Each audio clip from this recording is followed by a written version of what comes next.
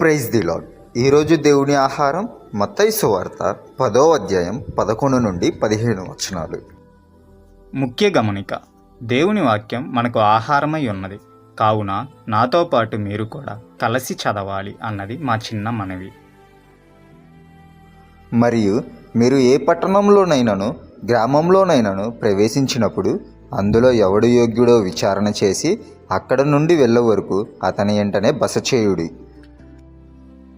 ఆ ఇంటిలో ప్రవేశించుచు ఇంటివారికి శుభమని చెప్పుడి.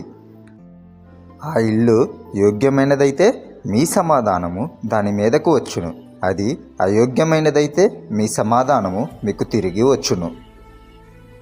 ఎవడైనను మిమ్మును చేర్చుకొనక మీ మాటలు వినకుండిన ఎడల మీరు ఆ ఇంటినైనను ఆ పట్టణమునైనను విడిచిపోవునప్పుడు మీ పాదధూళి దులిపివేయుడి.